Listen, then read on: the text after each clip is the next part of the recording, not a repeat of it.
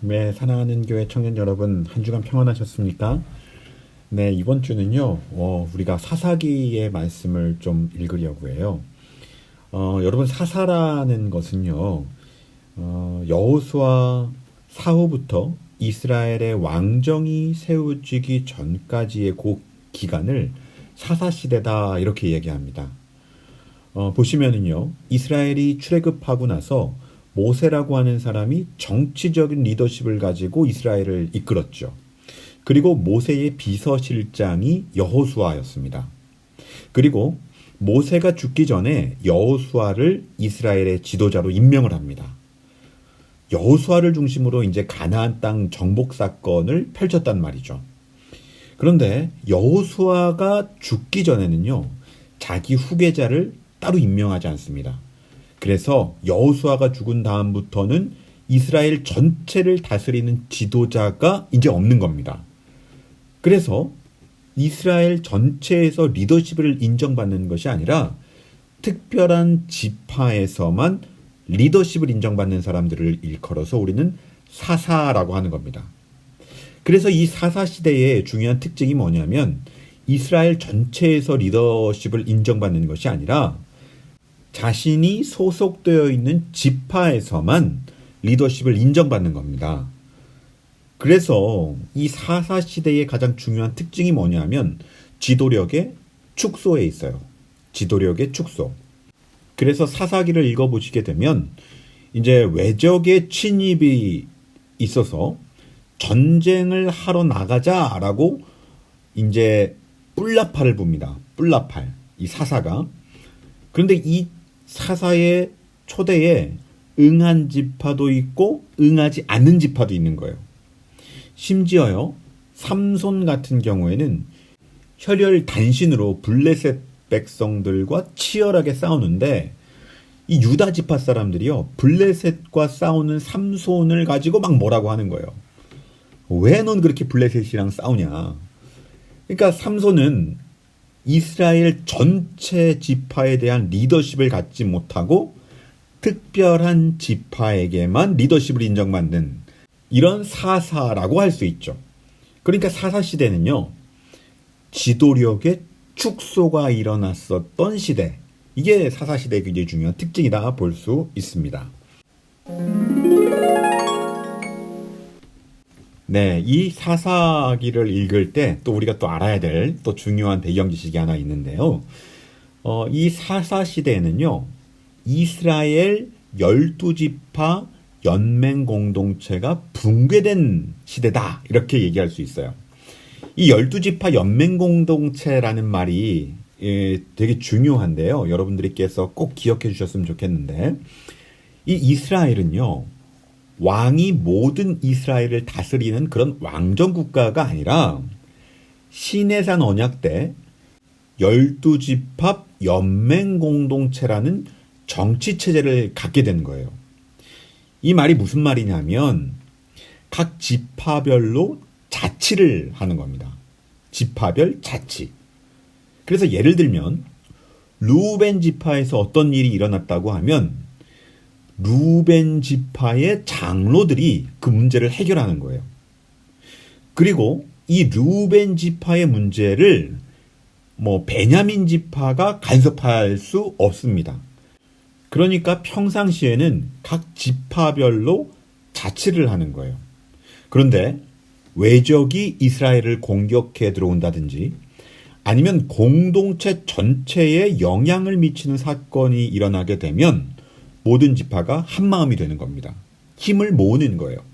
이걸 보고 뭐라고 하냐면 12지파 연맹 공동체다, 이렇게 얘기를 합니다. 그런데 이 사사시대에는 이 12지파 연맹 공동체가 제대로 작동이 안 된 거예요. 그래서 평상시에 지파별로 자치 활동을 하다가 위기의 순간에는 모든 지파가 힘을 모아야 하는데 어떤 일이 발생했냐면 어느 이방 국가가 이스라엘로 여러분 공격했다라고 했을 때 보세요. 북쪽으로 공격할 수도 있고 이스라엘 남쪽으로 혹은 중부지방으로 공격할 수가 있잖아요. 그러면 제일 먼저 공격을 받은 지파가 있겠죠.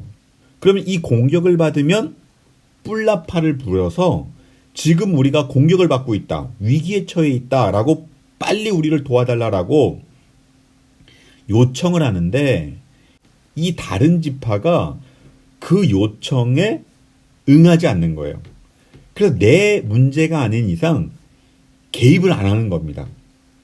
그래서 사사시대는 12지파 연맹공동체라는 그 시스템이 전혀 작동을 안 하고 지파들 사이에 갈등과 다툼이 계속 반복했던 시대, 이것이 바로 사사시대의 모습이라고 할 수 있어요.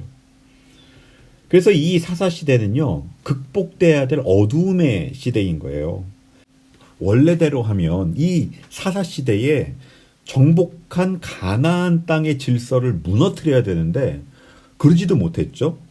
오히려 가나안 민족들의 문화와 동화되어서 살아가게 됐잖아요. 게다가 사사시대에는 지파 간의 분열이 일어난 거예요. 그래서 지파 간의 분열 때문에 도움을 요청하게 돼도 거절을 한다거나, 전쟁 함께 해야 될 때 함께 하지 않았다가 또 전쟁에 승리하고 나면 와서 전쟁에 참여하진 않아 놓고선 전리품을 함께 나누기를 원한다거나, 뭐 이런 일들이 일어나죠. 이런 얌체짓을 많이 했던 지파가 항상 주인공으로 등장하는 지파가 에브라임 지파입니다.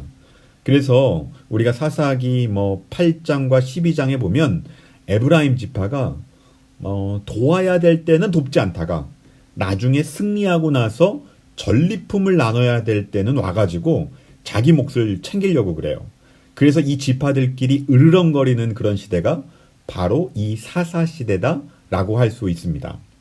그래서 여러분, 이 사사시대에는 총 12명의 사사가 나오는데, 그나마 이 시대에서 사사라고 하면 굉장히 신앙적으로 괜찮은 사람들인 거죠. 그나마 이스라엘 백성들 중에서 신앙이 제일 괜찮은 사람들을 뽑아놓은 건데, 이 사사 가운데도 사실 존경할 만한 사람들이 그렇게 많진 않아요. 이 시대가 굉장히 어두운 시대라는 거죠. 이 12명의 사사 가운데 그나마 괜찮은 사사들은 좀 사사 시대의 좀 앞부분에 있고요. 뒤로 갈수록 입다라든지 제일 마지막 사사인 삼손 같은 경우인데, 실제로 삼손에게서 본받을 만한 어떤 신앙의 모습이 별로 없어요. 삼손은 술 잘 먹는 거를 본받을 일도 없고, 우리가 여자랑 잘 노는 거 이런 것도 본받을 수가 없잖아요. 그러니까 신앙적인 면에서 삼손에게 본받을 만한 면이 뭐 있냐라고 봤을 때 전혀 없단 말이죠. 그런데 이 시대에서 그나마 삼손이 제일 나은 사람이었다는 거예요. 그래서 이 사사시대가 정말 얼마나 어두운 시대이고 신뢰하고 믿을 만한 지도자가 없었던 시대인가, 이것을 우리에게 보여주고 있습니다. 그래서 사사기 19장 이후에 보게 되면 가장 거룩해야 될 레위인조차도 첩을 소유합니다. 첩을. 그러니까 오늘날로 얘기하면 목회자들이 성적인 일탈을 행하는 거랑 똑같은 거죠. 그러니까 할 말 다 한 거죠. 보고 배울 만한 롤모델이 없는 거죠. 그 다음에 또 어떤 문제가 나오냐면 제사장의 사유화가 있습니다. 이게 사사기 17장에 나오는 이야기거든요. 미가라고 하는 한 집에서 개별 가정 사당을 만들고요, 제사장을 고용해서 자기 가정을 위해서 사역하게 만드는 종교인을 세우는 거죠. 그러니까 여러분, 원래 이 제사장이라는 사람은 하나님의 말씀을 제대로 가르쳐야 될 사람인데 그게 아니라 한 개별 가정의 제사장으로 고용이 된 겁니다. 그래서 이 사람이 이제 뭘 하는 거냐면 하나님의 뜻을 선포하는 것이 아니라 가정을 위해서 종사하는 거예요. 가정을 위해서 한마디로 개인 제사장이 되는 거죠. 이런 목회자를 보고요, 생계형 목회자라고 할 수 있죠. 생계형 목회자. 그러니까 먹고 살기 위해서 한 집안에 고용이 되는 거죠. 그러니까 이게 무엇이 문제가 되냐면, 여러분 한번 보세요. 한 집안에서 하나님 보시기에 뭔가 잘못된 일을 했다라고 쳐봐요. 그러면 참된 제사장, 참된 목회자라면 어떻게 하겠습니까? 하나님의 말씀의 기준으로 이것은 잘못된 거다라고 질타를 하고 하나님의 말씀 앞에서 회개하고 바로 설 수 있도록 계속해서 그 사람을 위한 바른 메시지를 선포할 텐데, 이게 생계형 목회자가 되면 이 사람들을 질타하면 내가 언제 잘릴지 모른단 말이죠. 그래서 생계형 목회자들은 결국 먹고 살기 위해서 사람들이 듣기 원하는 메시지를 선포할 수밖에 없는 거죠. 이게 사사시대의 모습입니다. 이 사사시대의 모습을요, 오늘날로 말로 치환하면 이런 걸 보고 뭐라 그러냐면 문화기독교라 그래요. 문화기독교.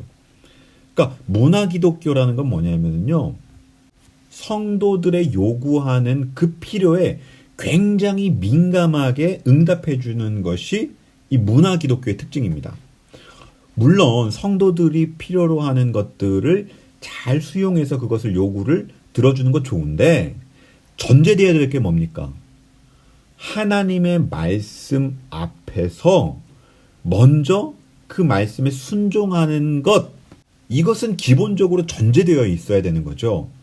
근데 이것을 빼놓고 성도들이 듣기 좋은 말만 하고 성도들이 부담스럽게 느껴지는 메시지를 선포하지 않는다면, 소위 말해서 한마디로 이야기하면 종교 서비스를 하는 그런 기독교가 되는 거죠.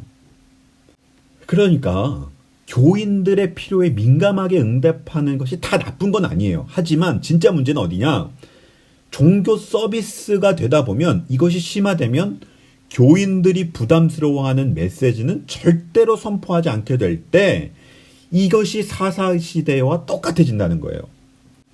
여러분, 우리나라 교회 목사님들 가운데 부동산 투기를 죄라고 외치는 목사님 몇이나 있어요.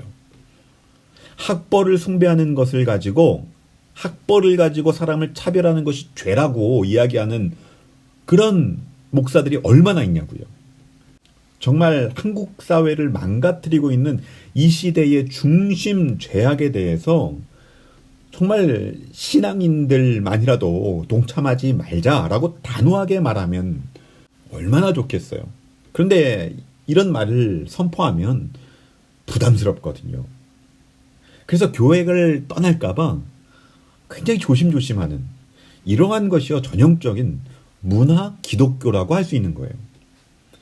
그런데 이런 문화 기독교가 사사기 17장과 18장에 나오는 미가라고 하는 사람의 그런 모습과 똑같은 거죠. 그러니까 이런 사사시대에 일어난 일들이 현재를 살고 있는 우리의 신앙의 모습과 교차점이 너무나 많다는 거예요. 또 어떤 교차점이 있냐면요, 이 사사시대가요 신학적으로 너무 혼란스러웠다. 이것도 이 시대와 교차점이 있는 겁니다. 신학적으로 너무 혼란스러웠다라고 했을 때 대표적인 사람이 누구냐면 입다라고 하는 사사예요. 입다라는 사사. 여러분 성경을 좀 읽으신 분들은 입다 뭐 아시죠? 이 입다가요 원래요 홍길동 같은 사람이에요. 그러니까 이 사사는요 서자 출신입니다. 그래서 무시를 당하고 내어 쫓김을 당했어요. 그래서 이 입다라는 사사는요 비주류들하고 힘을 모아가지고 유명한 산적이 된 겁니다. 그런데 길르앗 지방 사람들이 이 위기 때 입다를 불러요. 그리고 협상을 해요. 우리를 구원해주면 당신을 지도자로 세워주겠다라고 이야기를 하죠. 그때 입다가 하나님께 뭘 서원을 하냐면 내가 전쟁에서 승리하고 돌아올 때 나를 가장 먼저 맞이하는 사람을 하나님께 번제로 드리겠다라고 서원을 해요. 근데 정말로 승리하고 왔단 말이죠. 근데 누가 가장 먼저 자신을 맞이했느냐? 딸이 자기 자신을 제일 먼저 맞이합니다. 외동딸이. 그래서 우리 성경을 보게 되면 외동딸을 하나님께 바친 것처럼 이렇게 나옵니다. 여러분 이게 얼마나 황당한 일이냐면요. 지금 사사라고 하는 당시 이스라엘 백성 중에서 신앙이 가장 괜찮았던 이 입다라는 사사가 하나님 앞에 맹세를 하고 서원을 하는데 그 맹세와 서원이 뭐냐면 하나님이 가장 가증히 여기는 것을 하나님의 이름으로 서원하고 있단 말이에요. 여러분, 하나님이 가장 가증히 여기는 게 뭐예요? 사람을 제물로 바치는 거란 말이에요. 이게 레위기에 나오는 거예요. 레위기에. 그러니까 이 서원과 하나님의 뜻과는 너무나 거리가 먼 건데 마음대로 하나님의 뜻을 자기 멋대로 해석하고 있단 말이죠. 그러니까 우리가 깨어있지 못하면 이렇게 될 수가 있다는 거죠. 내 딴에는 하나님을 위해서 애쓴다고 생각하는데 그것이 하나님의 뜻과는 아무 상관이 없을 뿐만이 아니라 하나님의 마음을 가장 아프시게 하는 행동을 내가 할 수 있는 거예요. 누구의 이름으로? 하나님의 이름으로. 그래서 우리가 이 사사기의 말씀을 통해서 우리가 가지고 있는 신앙의 모습을 한번 점검을 하고 우리가 지금 하나님이 기뻐하시는 쪽으로 나아가고 있는지를 확인할 수 있는 그런 귀한 시간이 되었으면 좋겠습니다.